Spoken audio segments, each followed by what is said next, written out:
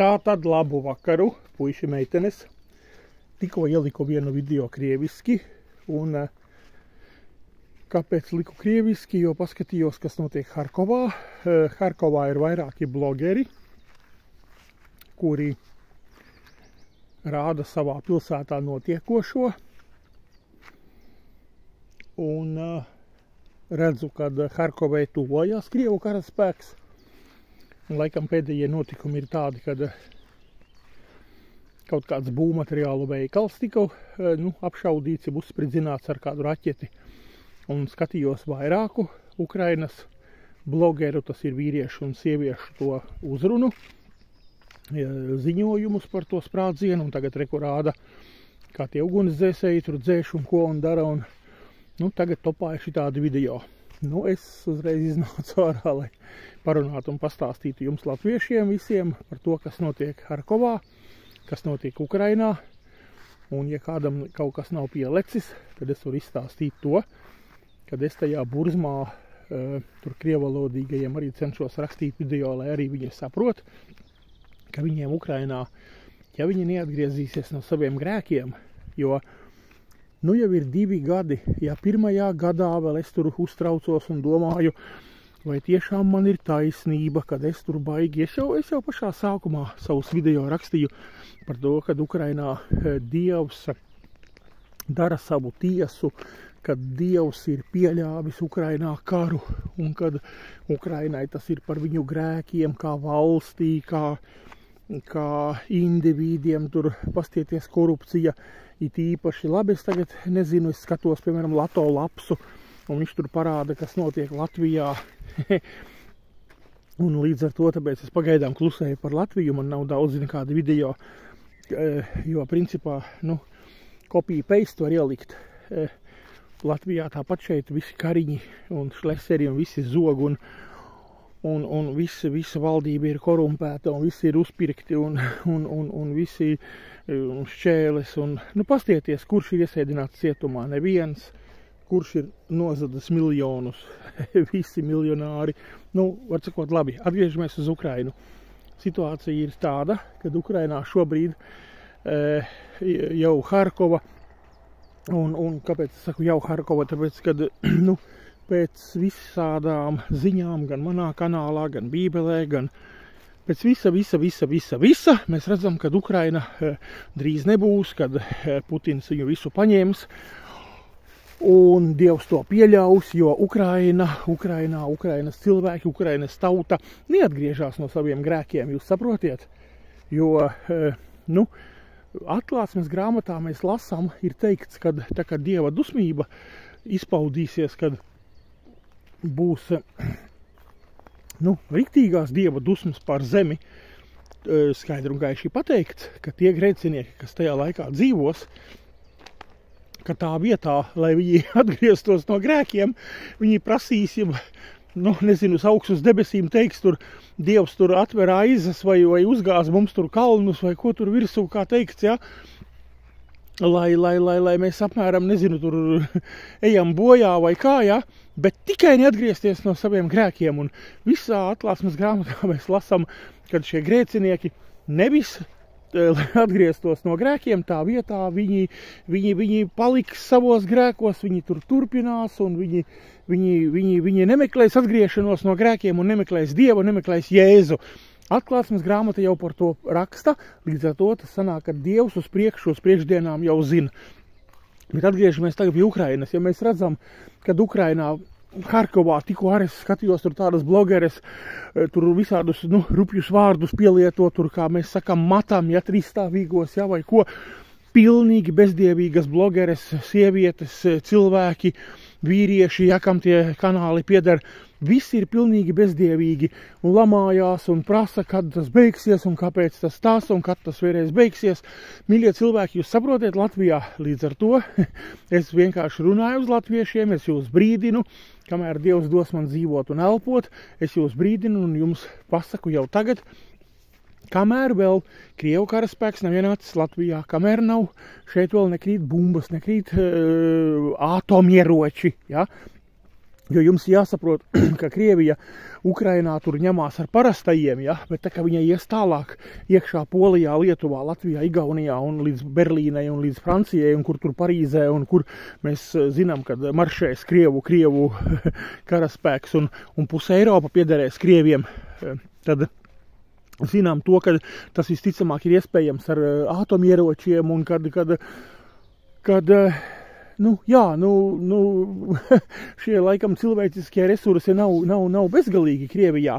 Līdz ar to būs dažādas tehnoloģijas un galvenokārt būs šie atomi, šīs mazās raķetītes tēmētas uz speciālām pilsētām un vietām un karšies ātrāk un grēcinieki tiks nogalināti ātrāk un Putins ies uz priekšu. Un kaut kā tā, bet visā tajā burzmā mēs redzam, ka ne latvieši atgriežās tagad, kamēr vēl karš nav, ja, un es tagad lasu to atklāsmes grāmatas un skatos tos, kad es redzu, kad ja jau tad, kad Dieva dusmas, jo šobrīd vēl, ja tur kāda raķete vai tas vai kas, tur cilvēki tur nesaprot, ka tas ir Dievs jau un tiesā un viss, ja, tad tagad tur vai kād beigsies, kāpēc un ko un kā, priekš kam un par ko un kaut ātrāk beigtos, mīļie cilvēki. Nekas nebeigsies. Ukraiņi, latvieši, nekas nekur neko nebeigsies. Tagad tikai viss sākās. Es jums tā kā pasludinu un apgalvoju un pasaku, kā bija tas teiciens, kā es te stāvu, ja. Tā kā Latvija Sodomis prezidents Gejs Rinkēvičs, viņš ir, kā Krievs saka, privļok, tā ir kā ēsma, ja. Tā ir kā ēsma Dievam. Rinkēvičs, Gejs, Sodomis ir pievilcis, pievelk Jēzu, pievelk Dievu ar dusmām, ar šo bardzību, ar šo sodu. Un kā es teicu, Latvija ir zemi no lādētā, un man ir kanālā pastieties video, kur ir mani himnas vārdi, ko es biju Teksasā, Amerikā sacerējis, ja, kad Latvija ir zemi no lādētā, kur sodomisti priekā deja un smej un visas lietas, tā kā zēni. Es varētu 50 video dienā rakstīt, un es ar tādu baudu un lapatiku to visu stāstu, jo tāpēc, kad, es redzu, ka nekas nemainās, nekas nenotiek, ja. Es runāju par mācītājiem, kuri Latvijā neviens tam aizgājis pie sodomisti Rinkēviča un pasludinājis atgriešanos, un man kaut kāda te vakara vai aizvakar uzspridžīja kaut kāda skatītāja Rasma, aizmirstu uzvārdu. Rasma kaut kāda, kā saka, neprātīgā, jeb kā Krievs saka, bezbožņica, ja. Es laikam savā kanālā esmu baigi interesants, ap citu manu kanālu. Es esmu pievilcis, pievilinu pie savam kanālam visādu šitādus bezbožņikus. Man neviens, ok, es atvainojos, Dzintars Darģelis un kādi vēl tur, mana meita Amerikā vecākā, un ir daži cilvēki, atvainojos, ja es kādu nepateicu. Ir man daži normāli domājoši, saprātīgas būtnes, homo sapiens, kā mēs sakām, bet pārējie visi nav ne homo, nav ne sapiens, ir rasmas un pārējās visas, bezdieves Latvijas vīrieši, sievietes un kādi man tikai te nav ielidojuši kanālā, kā saka, zaļotnie, ja.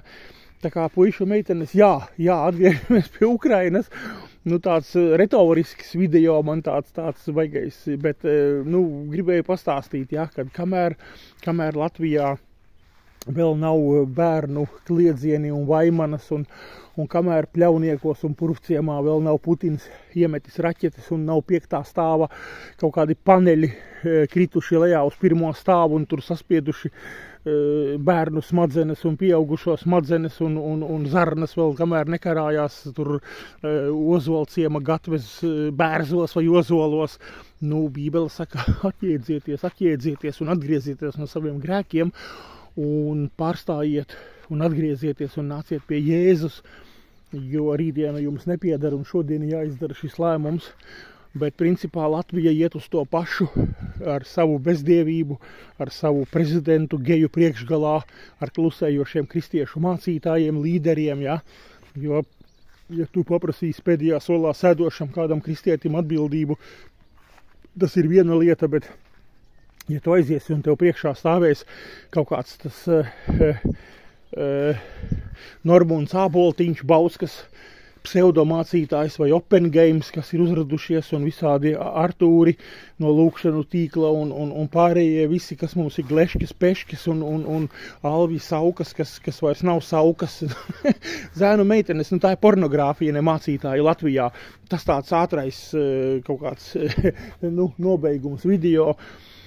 Jo, ja būtu Latvijā īsti vīri, īsti ar olām, ar pautiem, kā es saku, ar mugurkauliem, tad pie Rinkēviča, zem Rinkēviča loga skanētu katru dienu, draudze nomainītu draudzi un balsis nomainītu balsis un sludinātu un atgrieztos, un cilvēki būtu ieinteresēti glābt savu zemi, savu valsti.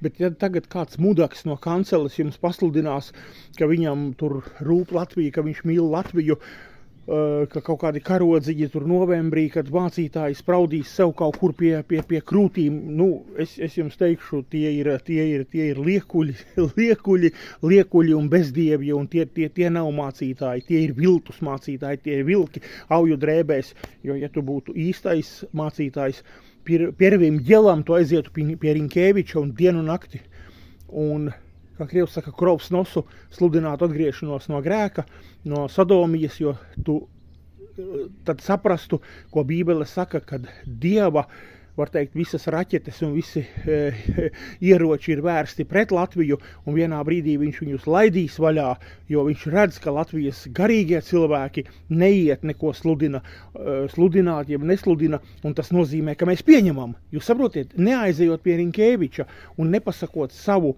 bībelisko mācību un nepasludinot viņam atgriešanos no grēkiem, jūs, mācītāji, parādiet pretējo, ka jūs pieņemiet, kad sodomija ir viss ok, viss ir kārtībā.